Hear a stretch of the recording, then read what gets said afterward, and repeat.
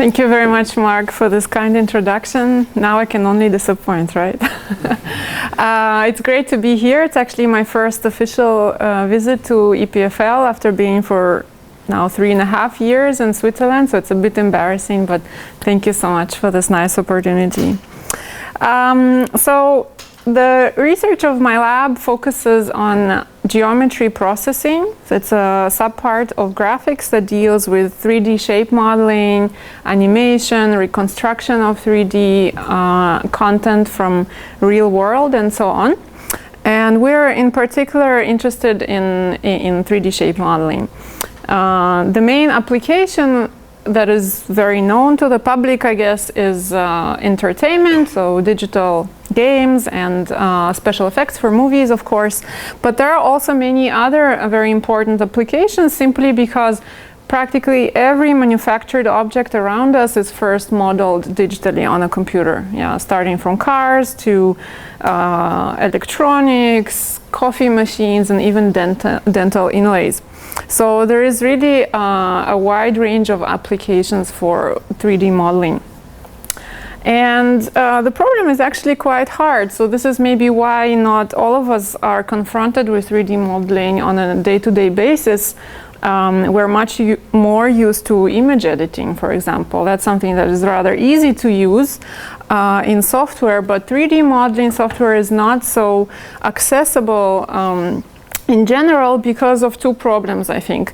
The main problem is that we as humans don't have a direct way to convey shape information. We don't have a video out, so to speak. So it's only possible for us to convey visual information indirectly via, let's say, sketching or drawing or maybe sculpting for the more talented people. So that's problem number one. And problem number two is that when we're talking about 3D modeling, we are dealing with this constant translation between 2D images, projections of what is actually a 3D shape. And this is rather taxing on the brain, this task of understanding 3D shape from its 2D image. So the hope is, or at least that's the premise that we are working on, is that using intelligent computation, smart algorithms, we can somehow compensate for this lack of video out and for the difficult tasks for humans. So hopefully we can replace those with automatic computation and then let the human concentrate on the creative tasks. Indeed, interactive modeling is a very creative process, which means that we need the modeling system to enable the user to experiment and to explore the shape space, explore various options, and that needs to happen at interactive frame rates. So we could even trade accuracy for speed, in my opinion, in this case. On the other hand, it's very important that our algorithms are fast and scalable, so that we can work on real 3D data, such as ones that come in, for instance, from scanning. So this is the current state in the industry for the most part. This is called the classical computer-aided design, or CAD. It exists for many decades now, and it works in a very simple way. The user lays out a kind of grid of control points, and their spatial locations are interpolated automatically using some simple basis functions, for example, some polynomials or rational functions. And that generates a very smooth surface that approximates the control points. And now by connecting several such patches together, you can create much more complex objects, such as this car here. But this framework is quite constrained. It requires you to know exactly what kind of shape you want to model in advance, and it's not very free for arbitrary manipulation. Then on the other hand of the spectrum, we have the unstructured shape representation using polygonal meshes, such as, for example, the triangle mesh that you see here. This is often the output, almost direct output of acquisition processes, such as laser scanning or stereo vision. So we get back a model which is essentially just samples of points on the scanned surface connected by triangles. So you can acquire and represent very, very detailed geometry with interesting features in this way, and this is a very free representation. You can make arbitrary shapes with it. But with this freedom, of course, comes some additional complications. So we can, as opposed to the classic CAD modeling, now we can select arbitrary regions on our shape and select arbitrary control handles. We're not anymore constrained to this grid of points. And the user can move around those handles on the surface, and the shape is deformed accordingly. So there is much more freedom of manipulation here, but it comes at the additional price of having a more complex deformation algorithm. So we no longer have a kind of explicit formula, an analytical formula that creates our surface, but we need to do something more sophisticated. Usually it's a kind of optimization problem that needs to be solved, and this is what most of this talk is going to be about. Some additional challenges that we have with this unstructured mesh representation for shape is that we're no longer able to use classical tools from math for dealing with shapes such as differential geometry, because the surfaces we're dealing with are piecewise linear, so they're not differentiable, for instance, so cannot take classical derivatives. So typically in my field, in computer graphics, we use something called discrete differential geometry that tries to generalize notions from classical analysis and to make them work in an equivalent way on these piecewise linear or discrete surfaces, if you will. And the other challenge is, like I said before, just the sheer amount of data. So today everybody has big data, and we also have big data. So a typical scan, if you have a nice structured light scanner, you can easily get tens of millions of points. So you get very nice accuracy of your model, but that means that you're working with meshes that are very, very large in size.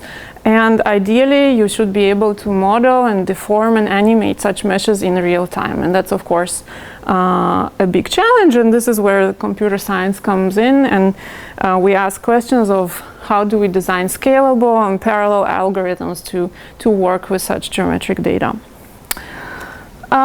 So here is a little bit more detail about that formula that I've shown before. How do we actually deform meshes and model and animate them? So a very popular paradigm to do that is a so-called variational approach.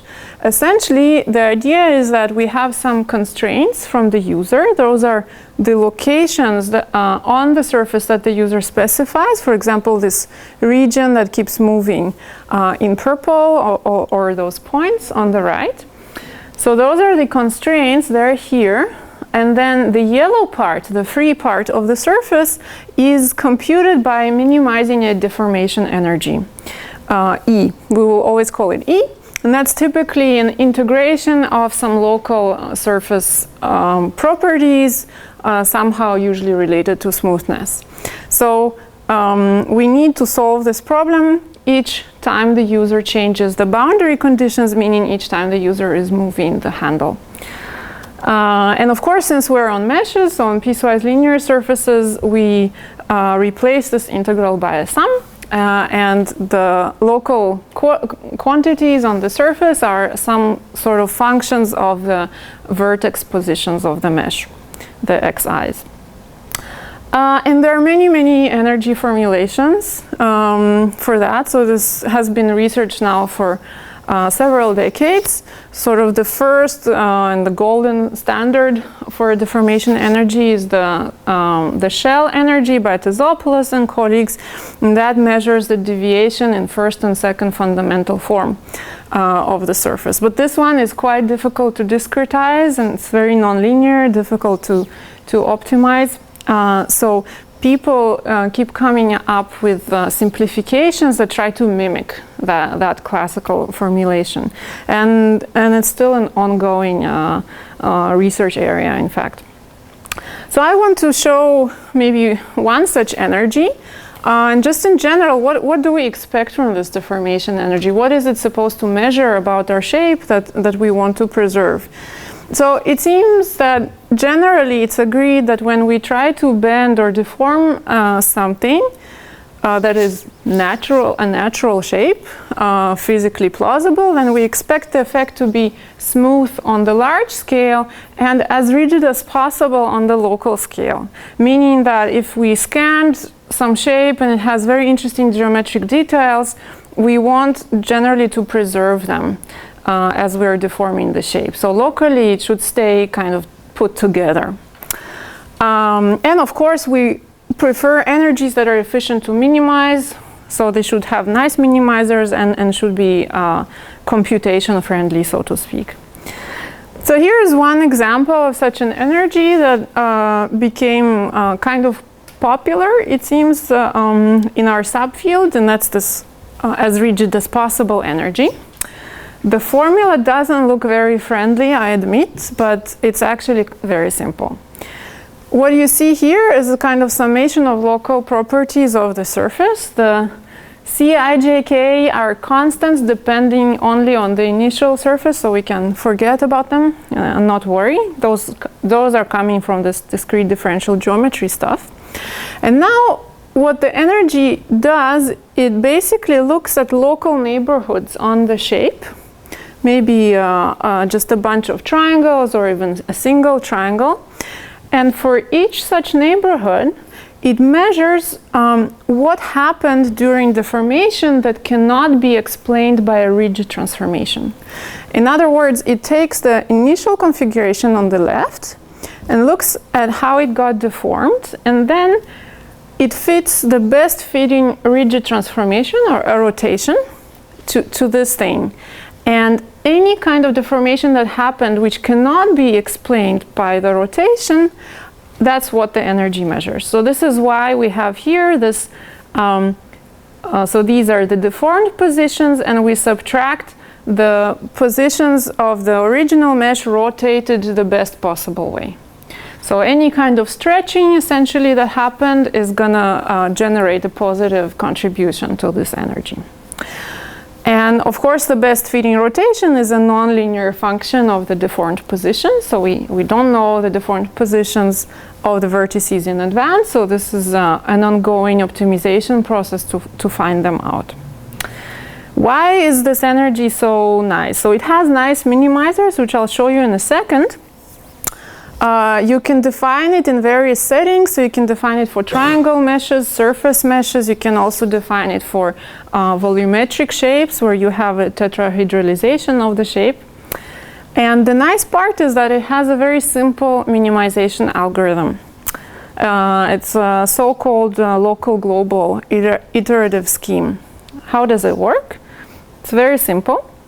We treat the deformed shape, so the positions X that we're looking for, and those local fitted rotations as two separate sets of variables.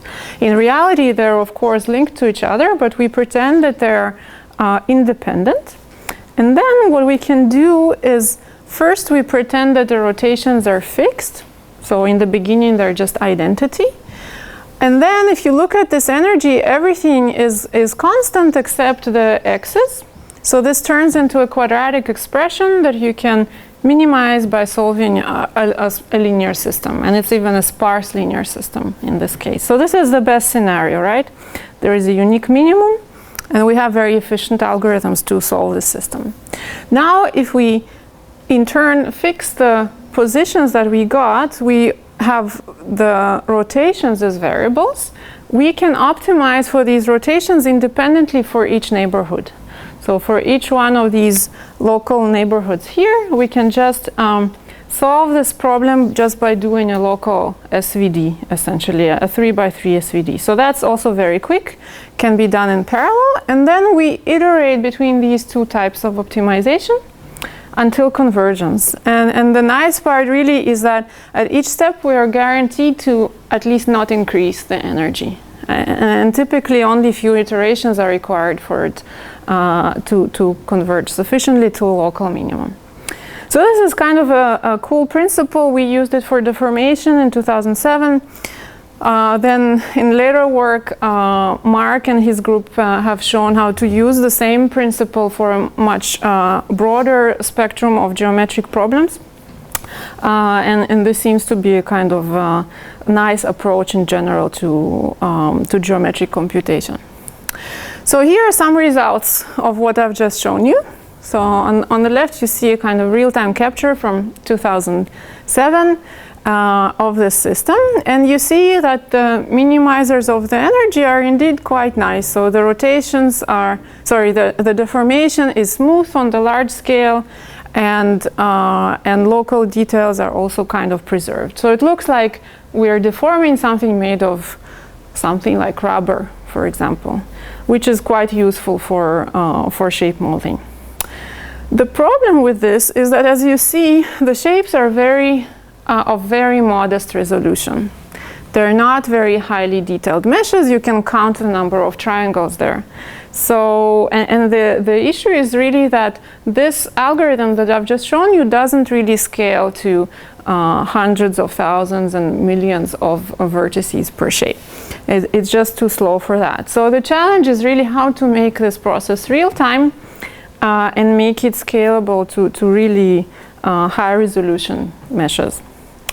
So the idea for that is, well, maybe nothing super exciting, but we wanted to try it out. We wanted to see how we can reduce the number of variables that we're optimizing for. And the idea to do this is to pick a subspace of shapes. So not allow every single point on the shape vary in arbitrary ways, but constrain the shapes to a certain subspace that makes sense, that is somehow plausible for the shape modeling problem.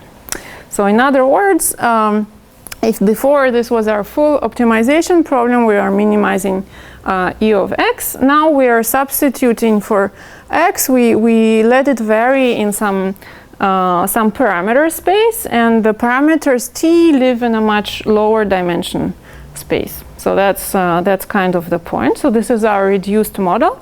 And then if we substitute that into our energy minimization problem, then hopefully we have a much simpler problem to solve, because t has fewer variables inside of it. So the question is, what kind of subspace do we choose, and so that it's still meaningful and that we find interesting solutions to this optimization problem. So the subspace that we have looked at is the so-called linear blend skinning subspace.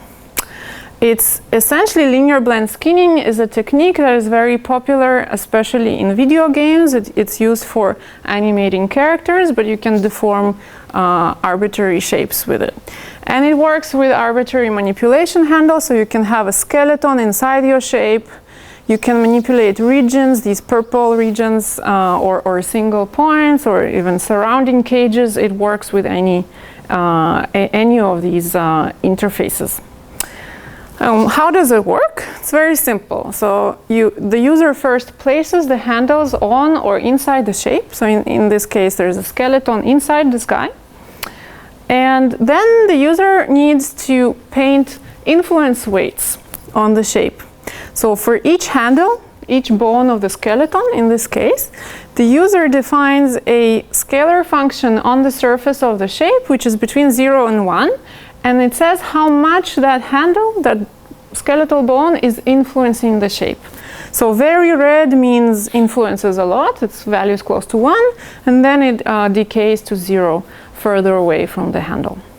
So these are these weight functions W. And then the user specifies deformations or transformations for the handles. For example, rotations for skeleton, or translations for other handles. And the transformations t at the handles are interpolated using the weight functions. So this is a super simple formula. You see, this is just a linear combination, transformations times the weights. And the nice part is that it's completely parallel. So each vertex on the mesh is transformed independently of any other vertex. So you can upload, for example, the weight functions to the GPU only once, and then in each frame, as the user is manipulating the handles, you upload those transformations, the rotations and translations or whatever, and they're interpolated in parallel. So this is blazing fast. So it looks like a great deformation method, but actually it isn't really, because first of all, you need to come up with weights. And this weight painting is quite tedious and unintuitive, and artists especially always complain about that part. And also the deformation has artifacts. So one very famous LBS artifact is the so-called elbow collapse, and the other one is called the candy wrapper. It's for large twists. You see that there is local loss of volume. And this is all due to the simple linear formula that doesn't really emulate well elastic deformation and doesn't know at all about the local volume of the shape. So in itself, this is not a super great deformation method, but it does work nicely as a subspace for our problem. And I'll explain how that works. So the first problem of weight painting, we tried to solve it at ETH with a series of papers. We basically tried to come up with a formula for these weights that would be computed automatically given the handle locations without requiring user input. And the formula we came up with is basically we wanted to use biharmonic functions, namely functions that minimize the norm of their Laplacian. But those don't behave very nicely because they can be negative. They're not bounded between 0 and 1. So we just made them bounded. So we just added this bound to the problem.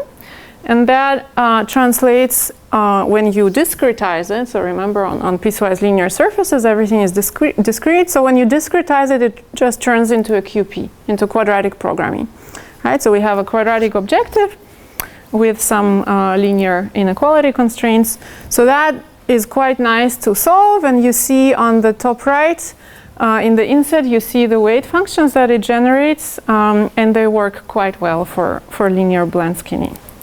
So that part is fine, and now we go back to our problem, and using those automatic weights we can use the LBS as a subspace. So what we do is we let the user define handles that they want to manipulate. We also sprinkle some additional handles to enrich the subspace. The user doesn't see them, but they are in the shape. They add more freedom and more richness to the space. We compute automatically the weight functions, and we plug them in. So since the subspace is linear, right, it's just this linear formula, it can be expressed as this matrix expression, right? So this looks great. Now we reduced our problem from this high dimensional optimization to this very low dimensional ones, because the number of transformations T is maybe in the order of up to 100 maximum, right? Usually the user doesn't place that many handles. So it's maybe a few tens of variables. So this looks great, right? So we can now go back to our problem. We can replace we can substitute the x's with our subspace. This looks fantastic.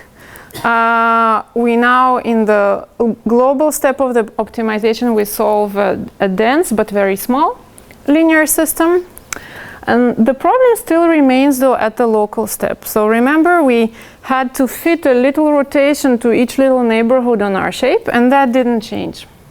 So this step is still, the number of operations we have to do is proportional to the number of vertices on the mesh, which is very much. So that was kind of disappointing. So this step still crawls, really, no matter how you parallelize it, even if you have a very large shape. So what we did was notice that we're actually working too hard. There is no need, when you're deforming the shape in this LBS subspace, you know in advance that it cannot move in arbitrary ways. It's going to do something smooth. So there is no need to fit a local rotation to each and every single point on the shape. We can actually cluster the shape based on the skinning weights, because any vertex on the mesh that has a similar set of skinning weights is going to get the same rotation approximately. So this is, you see with the different colors, that's how this clustering works. And now we can fit a rotation only per cluster. And the number of clusters is approximately as the number of handles. So let's say the number of bones in this case.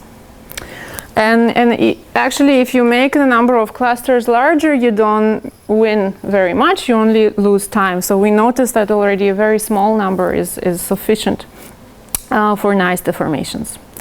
So this is how it works. So this would be linear blend skinning alone. So you see these linear artifacts. The knee does something very weird. But if you use that as a subspace for our as rigid as possible optimization, you see that it behaves much better. The knee now doesn't lose its volume, and it behaves really like what an elastic toy would behave like, let's say. Here are some more examples. We compare to the reference nonlinear deformation method, also co-authored by Mark, by the way. The general rule of thumb is that we try to do something in my lab, and then Mark just does it so much better and so much more elegant. But okay, I learned how to live with that. But you see that ours works very similarly to Primo, and it's much faster. So that one is very high quality, but kind of offline for large meshes, and our technique stays interactive and fast. So this is another example where you place some rigid skeleton bones in some parts, and then because we sprinkle those ghost handles inside the body of the dog, it can still elastically deform correctly. And this is one final example. This is a mesh designed by Mark, actually during his PhD. Okay, I'll stop now. But this is a very kind of infamous model by now, because it's known that in its highest resolution it's pretty large. So it would be nice to deform it and to show animations on it, but it's typically too heavy. But we're able to do it on the full resolution that we have, which is about 300,000 elements in this case. And you see that it looks nice and elastic. And one final example of this technique is just kind of to show the full power of this optimization. We have here 100 models which all share the same geometry, but each has an individual animation. So we can upload the geometry, the initial geometry once onto the graphics card, and then in real time provide separate animations for each one, so separate deformations of the skeleton. And in real time, this optimization is working on all of them in parallel. So this was kind of the ultimate stress test, and it still runs at 30 frames per second, which is maybe pretty impressive for the amount of optimization it needs to do. Okay, so this was regarding deformation. I have a little bit of shameless advertisement here. So we have this code online, freely available for research. So if you're interested, check out lib@gl, our library, and it's also in some commercial products out there.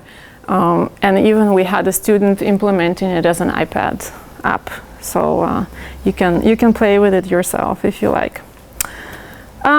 So that was kind of classical deformation. And now in the remainder of the talk, I want to quickly discuss some slightly newer research which has to do with shape modeling with an eye on fabrication and on making physical objects out of those virtual ones.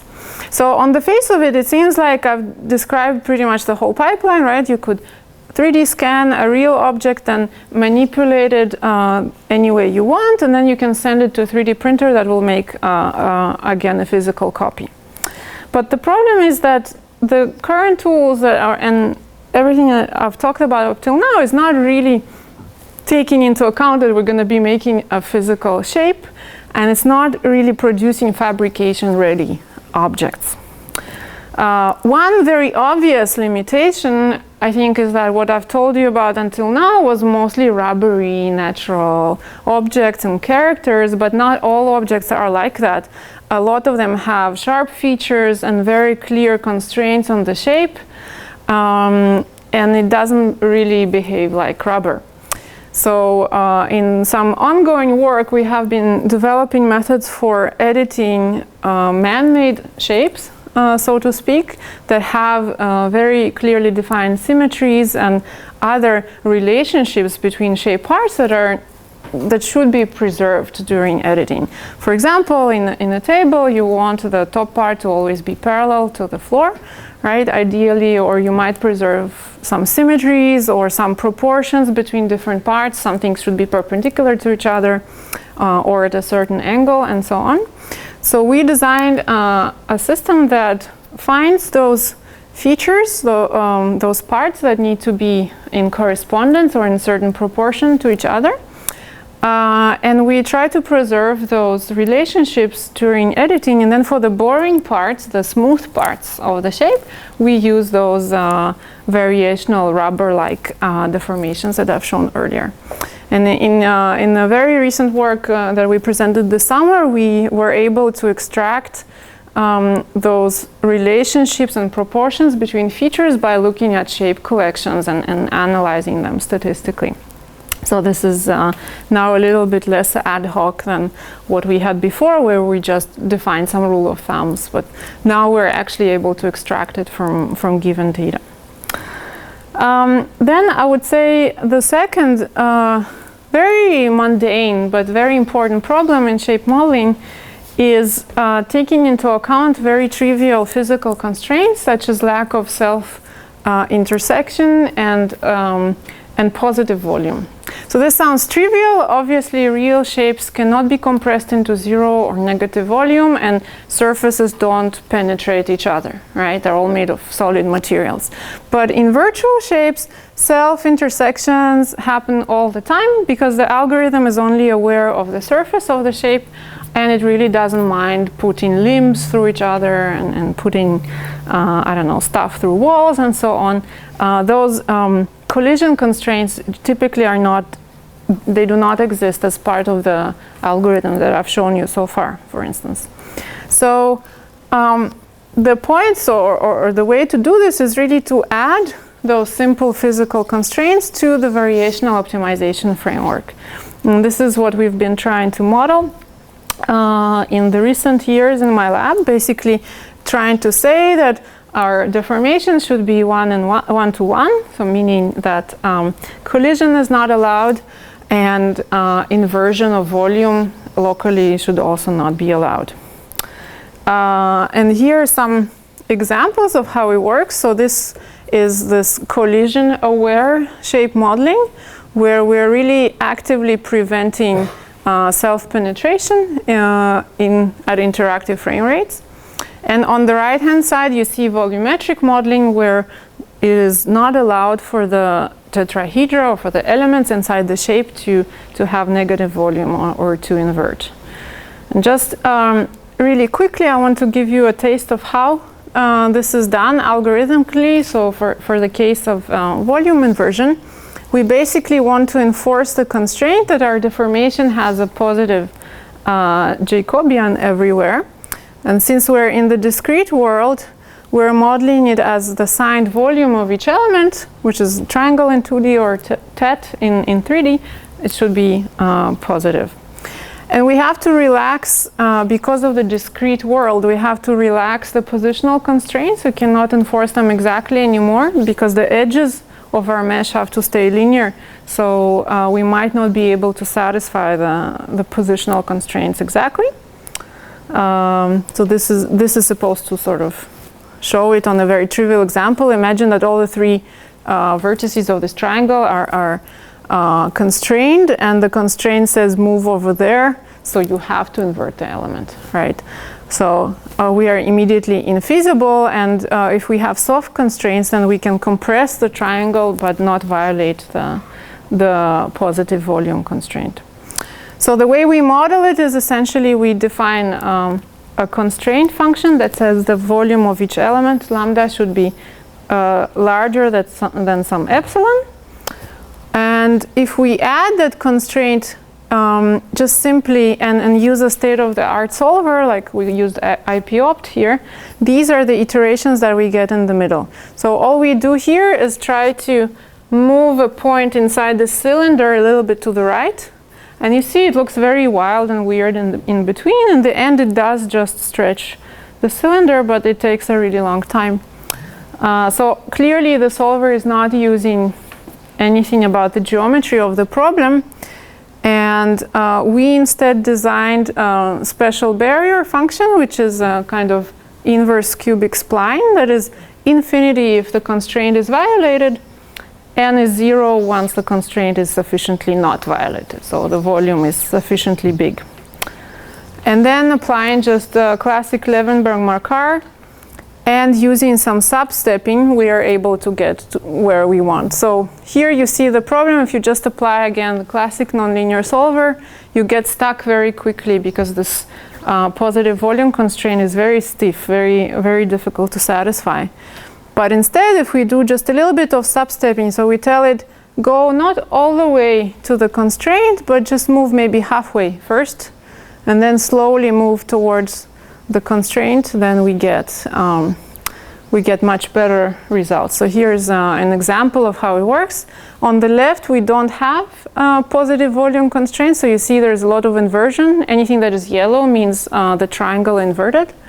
And on the right, you see it doesn't look as fast, unfortunately, but still fairly interactive, and you get no inverted elements. And slowly but surely, the substepping routine is bringing us to where it wants.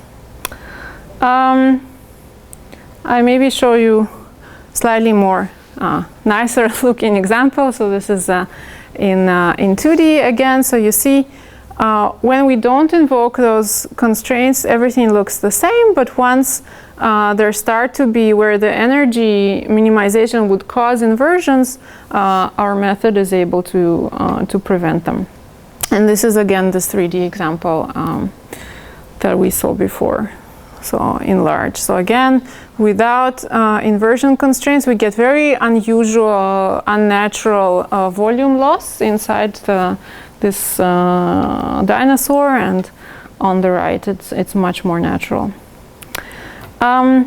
So we apply this to various domains that are not necessarily just entertainment applications. For example, we work with Phonak. It's a very large hearing aid company here in Switzerland, close to Zurich.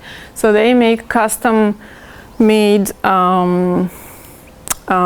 in-ear hearing devices that are really tailor-made for each patient. Apparently, all of us have different shapes of ears.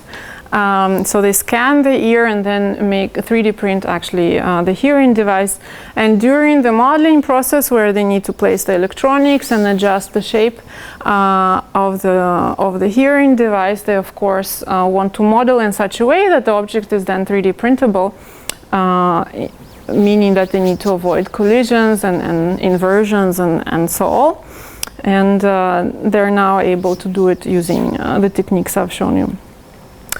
And one more example application is in historical document restoration. So this was a very interesting project we did last year together with University College London.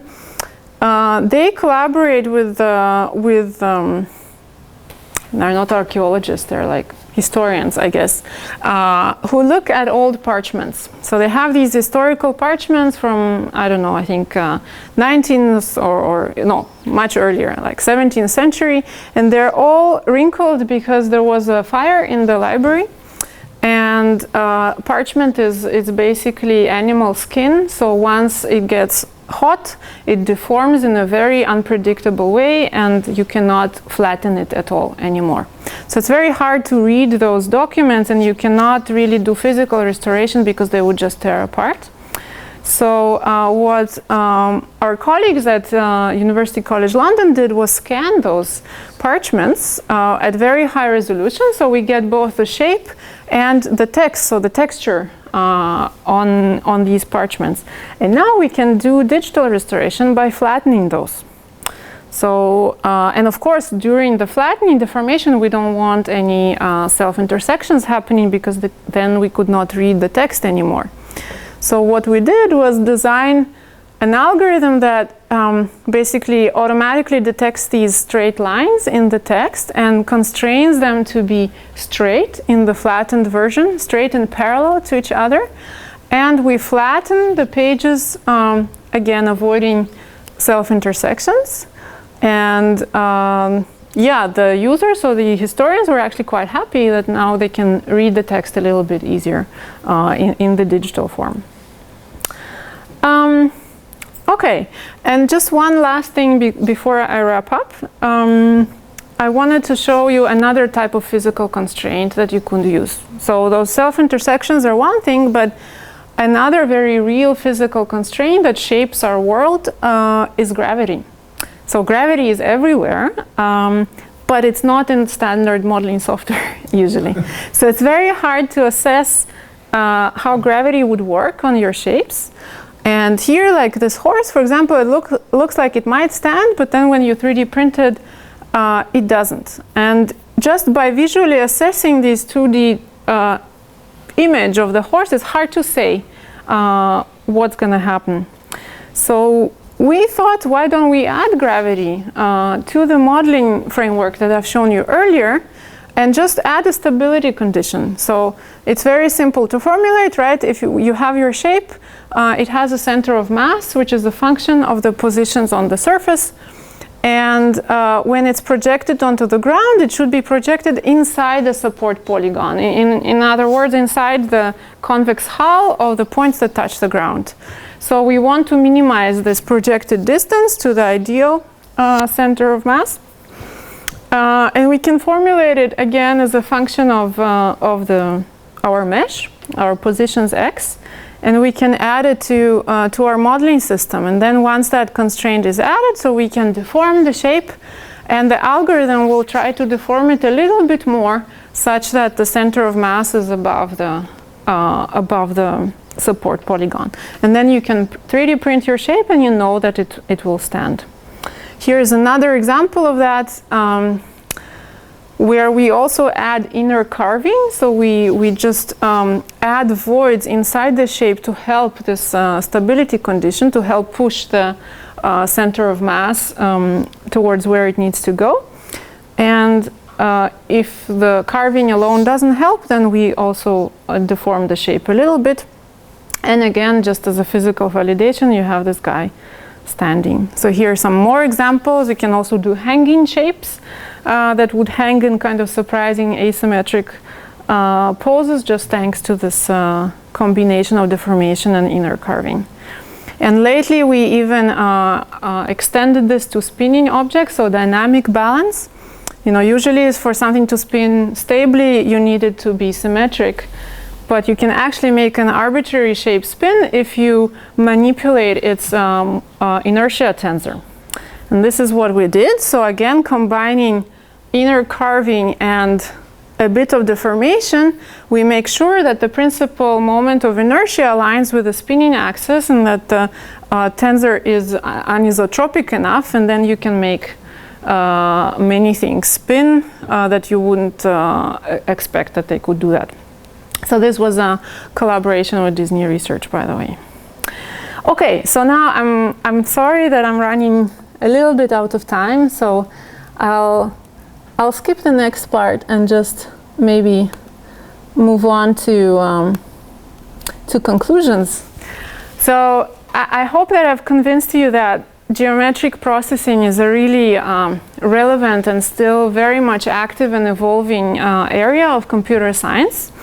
And it's especially gaining popularity, I would say, and importance because of this new technology of acquiring digital copies of the real world, and also being able to produce physical objects from their digital counterparts thanks to fabrication, such as 3D printing.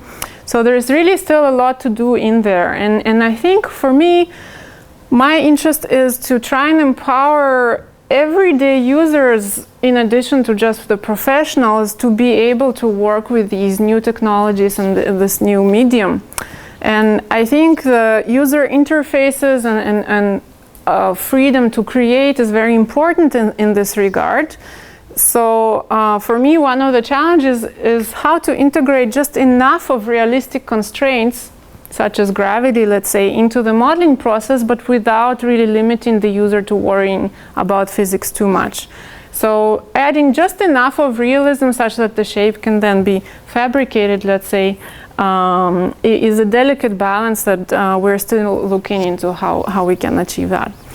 And I hope I also convinced you that variational methods are a kind of catch-all tool for doing all kinds of geometric manipulations, certainly not just the ones that I've shown you. Okay, and I want to thank our sponsors and our industrial partners, and of course the people who did all the work, my graduate students and postdocs, and thank you so much for your attention.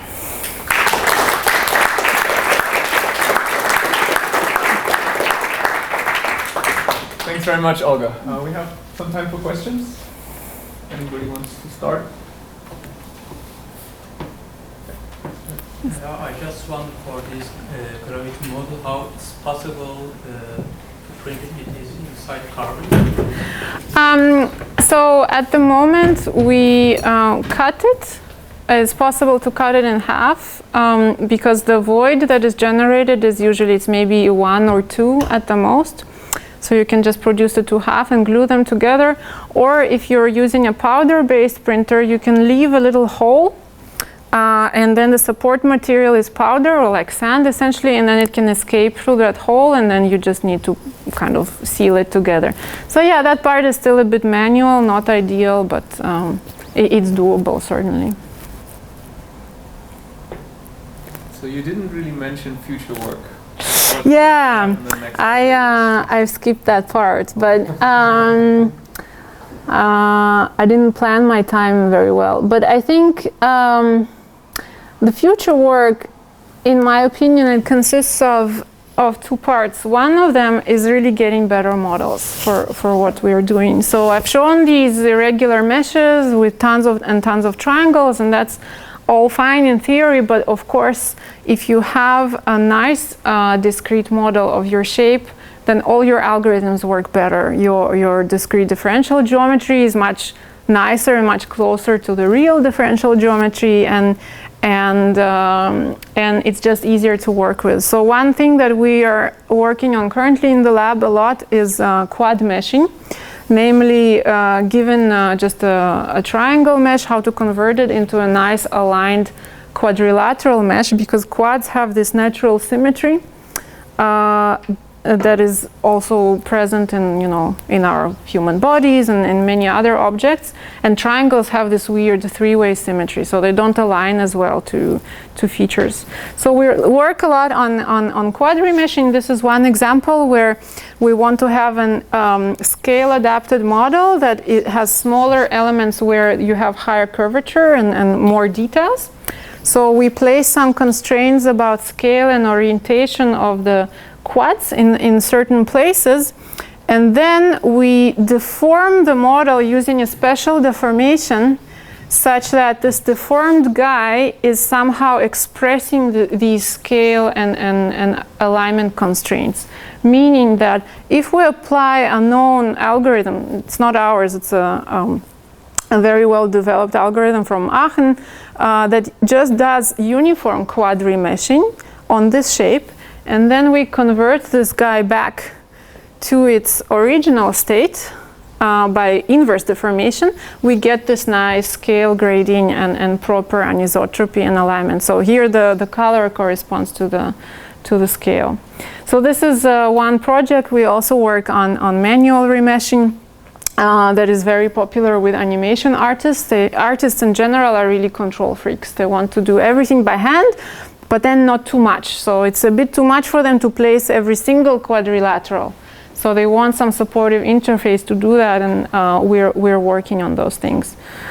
And then finally, I think one very big problem in our field is the so-called digital junkyard. So in industry, when you talk to people, especially in special effects, they will tell you that every new project they're doing, they're starting from scratch nearly. They don't really reuse shapes or animations or texture or anything that they've used for the previous movie, because in between the Maya version changed, or some there is some incompatibility of formats and so on, or the shape doesn't match exactly what they're doing in the new movie.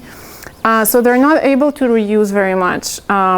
So we are trying to work on algorithms that would allow you to do this reuse and transfer of modeling information from one shape to another by establishing mappings between shapes. So here's just one very simple example where we're transferring texture from the character on the left onto the character on the right by specifying some point-to-point constraints.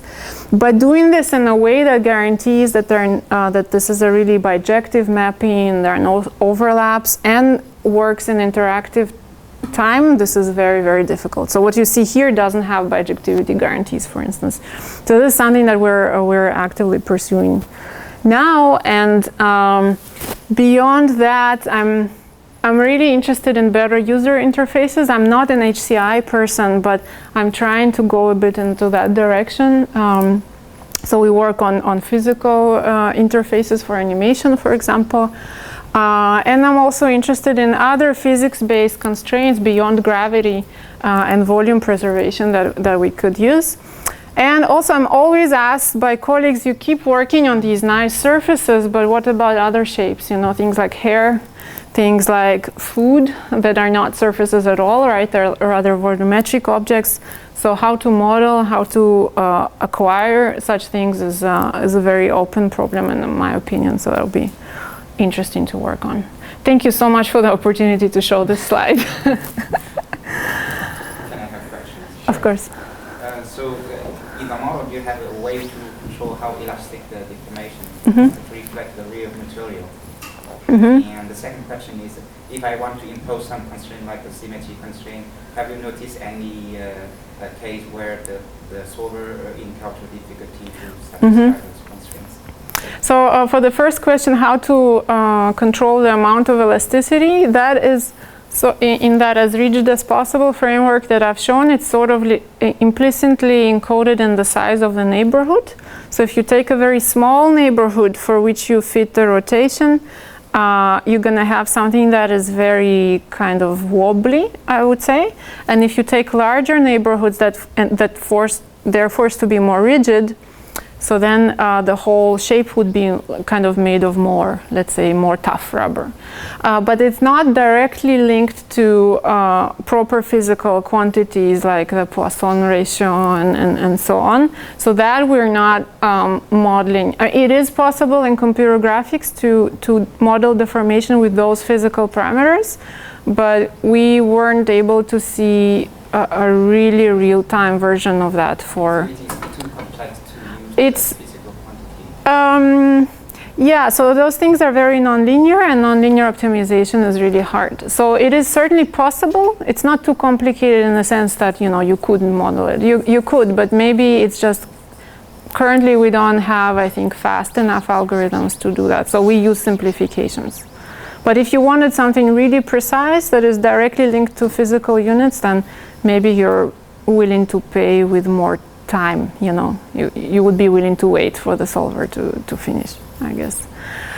Sorry, and your second question was regarding symmetry. So if the mesh were symmetric and you modeled the problem properly with discrete operators, then I think the symmetry should be preserved.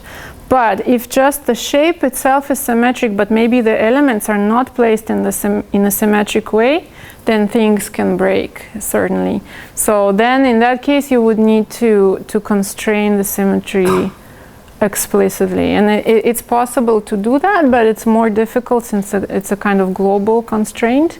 It doesn't involve a small neighborhood on the surface anymore, but like it involves large portions of the shape. So it can be done. We did it in this, in the iWire's work that I've shown here. So this guy takes care of symmetries, at least between those highlighted curves. But yeah, in general, it's a more complicated thing that probably we should look into. Thank you.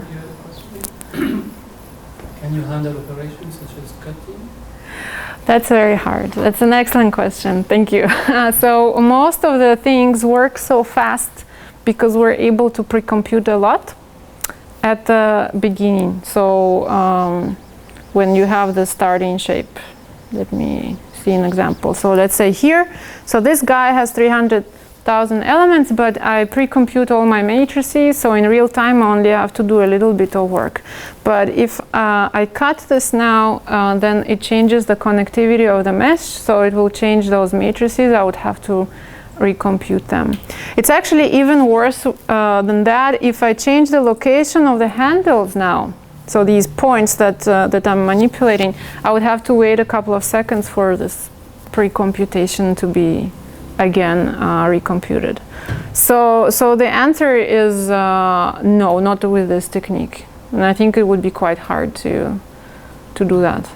We would need a new paradigm. But Mark worked on cutting. So Mark does everything better. That's the point. Yeah, so ask Mark. You're hopeless. I know. All right. Other questions or comments? All right. Thank you very much. Thank you.